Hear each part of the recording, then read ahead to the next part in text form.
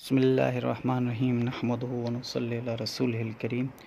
ہمارا سیرت کا موضوع چل رہا تھا، تو اس میں یہاں تک بات پہنچی تھی کہ بی بی آمنہ رضی اللہ تعالی عنہا فرماتی ہیں کہ میں جا رہی تھی تو مجھے کہیں سے کوئی آواز سننے کے لیے ملی، ابشری ابشری، خوشخبری ہو، خوش ہو، یا آمنہ تجھے خوشخبری ہو۔ کچھ وقت کے بعد پھر سے میں وہاں سے گزری تو وہاں سے پھر سے آوازیں آئی، اے آمنہ تجھے مبارک ہو، جس کا نام جو تیرے پیٹ میں ہے اس کا نام جو ہوگا وہ احمد ہوگا۔ ایسی خوشخبری ملی۔ حسان بن ثابت رضی اللہ تعالیٰ عنہ اللہ کے رسول کے صحابی ہیں۔ حضرت حسان جو شاعری کرتے تھے اللہ کے رسول کے لیے، اللہ سے رسول سے بڑی محبت تھی۔ خود نبی پاک صلی اللہ علیہ وسلم ان کو اپنا ممبر دے دیا کرتے تھے اور دعا بھی کرتے تھے کہ یا اللہ تو جبریل کے ذریعے حضرت حسان کے جسم میں بول ڈال۔ حضرت حسان رضی اللہ تعالیٰ عنہ نے ایک بار کہا کہ یا رسول اللہ آپ مجھے اجازت دیں کہ میں قریش کے بارے میں کچھ بات کروں۔ تو آپ نے فرمایا کہ حسان قریش تو میں بھی ہوں۔ تو حضرت حسان کہنے لگے یا رسول اللہ میں آپ کو قریش کے میں سے ایسے نکال دوں گا جیسے مکھن میں سے بال نکالتے، ویسے آپ کو میں قریش کی ان شاعری میں سے نکال دوں گا۔ اور وہ فرماتے ہیں جب میں 7 سال کا تھا تب ایک کاہن وہ ایک یہودی کے ایک قلعے پر اوپر چڑھ کے اور ندا لگانے لگا، اے لوگوں ادھر میری بات سنو، اے لوگوں ادھر میری بات سنو، اے لوگوں وہ احمد کا ستارہ طلوع ہو گیا ہے، وہ احمد کا ستارہ طلوع ہو گیا ہے۔ تو لوگوں نے پوچھا کہ کیا معنی؟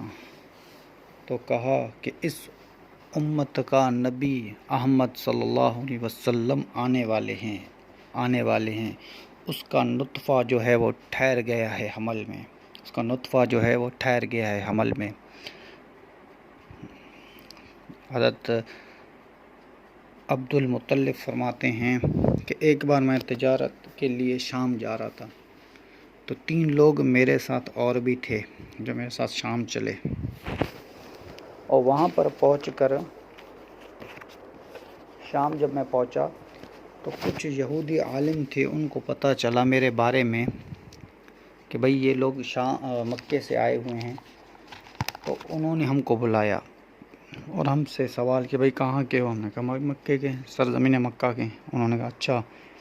پھر انہوں نے کہا اب تھوڑی ہی مدت ہی میں ایک بچہ ہوگا مکے کی سرزمین پہ ہوگا، اور وہ اس امت کا نبی ہوگا، اور اس بچے کا نام محمد ہوگا۔ ابو مطلب نے بولا کہ ہم چاروں نے دماغ میں یہ بات رکھ لی تھی کہ اگر ہمارا کوئی بیٹا ہوگا تو ہم اس کا نام ضرور محمد رکھیں گے۔ ابو مطلب نے کہا کہ میرا تو بیٹا نہیں ہوگا، میں تو بوڑھا ہو گیا ہوں، اور اگر میرے بچوں کا بھی بیٹا ہوگا تو میں ان کا نام محمد رکھوں گا۔ تو حضرت عبداللہ کے گھر محمد صلی اللہ ایک بچہ پیدا ہوا تو آپ نے اس کا نام محمد رکھا۔ تو فرمایا یہ دیکھو آسمانوں میں ان کا نام احمد ہے، اور حضرت عیسیٰ علیہ السلام خود فرماتے ہیں کہ میرے بعد ایک نبی آئے گا اس کا نام احمد ہوگا۔ آسمانوں میں اس کا نام احمد ہے اور زمین پہ اس کا نام محمد صلی اللہ علیہ وسلم ہے۔ فرمایا احمد کی معنی کیا ہے؟ بہت زیادہ حمد کرنے والا، اور محمد کی معنی کیا ہے؟ جس کی بہت زیادہ حمد کی جائے۔ اور قرآن میں اللہ جل شانہ نے احمد کا بھی نام کہا ہے اور محمد کا بھی نام کہا ہے، اور باقی بہت ہی صفاتی نام آپ علیہ السلام کے اللہ جل شانہ نے قرآن میں بھی بتائے ہیں۔ پر کہیں پہ قرآن میں اللہ نے یا محمد کہہ کر نہیں پکارا اپنے نبی کو، یا عیسیٰ، یا موسیٰ، یا سلیمان، سب نبیوں کا اللہ نے یا سے نام دیا، پر جب محمد صلی اللہ علیہ وسلم کی باری آئی تو فرمایا یا ایھا المدثر، یا ایھا المدثر، یا ایھا المزمل، یا فرمایا یا ایھا الرسول، یا فرمایا یا ایھا النبی، ان ناموں سے بتایا۔ فرمایا کہ اکثر اولاد سے جب آدمی محبت کرتا ہے تو اس کی محبت جو ہوتی ہے وہ ایسی محبت ہوتی ہے کہ اب اس کا جو نام ہے نا، نام میں اس کی محبت نہیں آتی تو اس پہ کبھی وہ کہہ رہا ہوتا ہے وہ پیارے ادھر آ اور فلاں ادھر آ، 100 نام اس کو بلانے کے لیے بولے گا، کیونکہ اس کی جو محبت ہے اس کے نام سے پوری نہیں ہوتی، اس کے نام سے اس کی محبت جو ہے وہ اس کے نام سے پوری نہیں ہوتی، اس لیے بار بار الگ الگ نام دے کے پکارتا ہے اس کو۔ تو نبی پاک صلی اللہ علیہ وسلم کو بھی اللہ جل شانہ نے قرآن میں اس طریقے سے بلائے، یاسین، طٰہٰ، اور بھی کتنے نام اللہ جل شانہ نے قرآن میں بتائے ہیں۔ تو یہ ساری سیرت کے پہلو ہیں۔ تو اس کے بعد پھر اللہ جل شانہ نے عظمت والے نبی بھیجے، عظمت والے جس کی عظمت کی کوئی شان نہیں، اور جگہ متعین کی، وہ ولادت کی جگہ وہ مکہ پاک، اس کو اللہ جل شانہ نے منتخب کیا۔ آپ کو پتہ ہے سب سے پہلے اس دنیا میں گھر بننے والا اللہ کا بیت اللہ ہے، پھر بیت المقدس ہے، ٹھیک ہے، بیت اللہ۔ اور بیت اللہ کے بارے میں آتا ہے کہ بیت اللہ سب سے اول گھر اللہ کا بیت اللہ ہے، بیت اللہ۔ اب ہم نام دیں بیت المقدس، پاک گھر، بیت اللہ، اللہ کا گھر، ٹھیک ہے۔ پھر آخری نبی، پہلا گھر آخری نبی، یہ دیکھو کیسا رابطہ اللہ نے رکھا ہے۔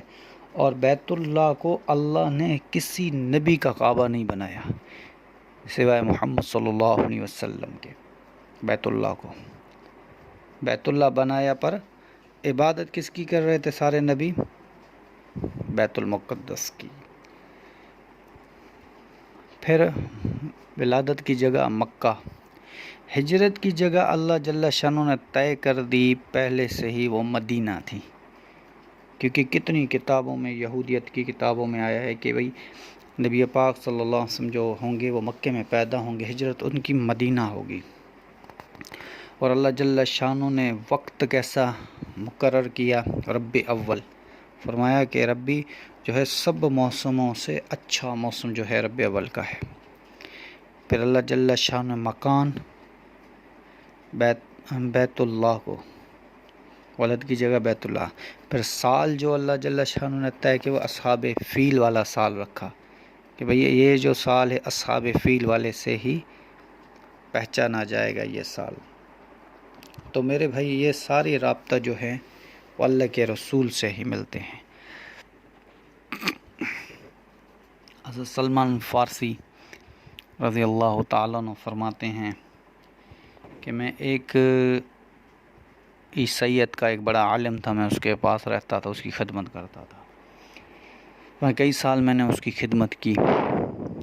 پھر اس نے کہا کہ بھئی اب میں اس دنیا سے جانے والا ہوں، تو آپ ایسے کرو کہ فلاں ایک جگہ پہ عالم ہے عیسائیت کا، اس کے پاس جاؤ، یہ سچا عالم ہے، اس کے بعد تمہیں کوئی سچا عالم نہیں ملے گا۔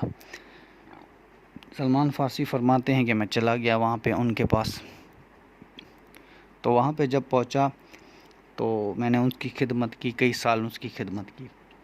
پھر اس نے کہا کہ بھئی اب میں بھی بوڑھا ہو گیا ہوں، مرنے والا ہوں، تو اب میری بات غور سے سننا، اب میری بات غور سے سننا۔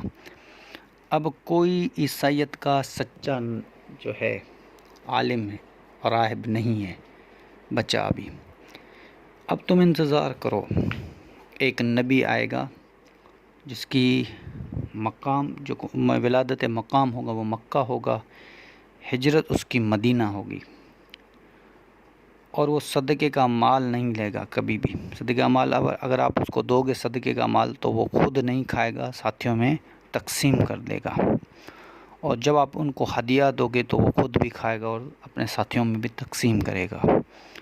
اور فرمایا پھر اسی طریقے سے ان کی یہ جو دونوں بازو ہوں گے نا، وہ ان کی تو سائز بڑی ہوگی، اور سیدھے طرف پیچھے وہاں پہ مہر نبوت ہوگی۔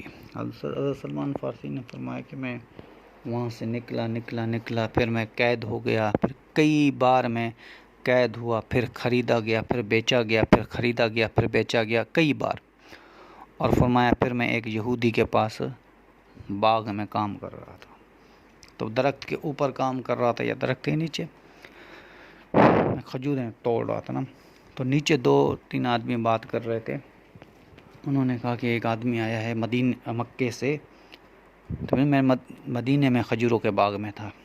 ایک آدمی آیا ہے مکے، تو وہ آپس میں بات کر رہے تھے۔ ایک آدمی آیا ہے مکے سے جو کہتا ہے میں نبی ہوں۔ تو حضرت سلمان فارسی کے جب وہ کان پہ وہ آواز سنی اور دوڑتے ہوئے چلے گئے، اور آپ علیہ الصلوۃ والسلام کے سامنے کچھ کھجور رکھ کے رکھی، یہ آپ کے لیے صدقے کی کھجوریں ہیں۔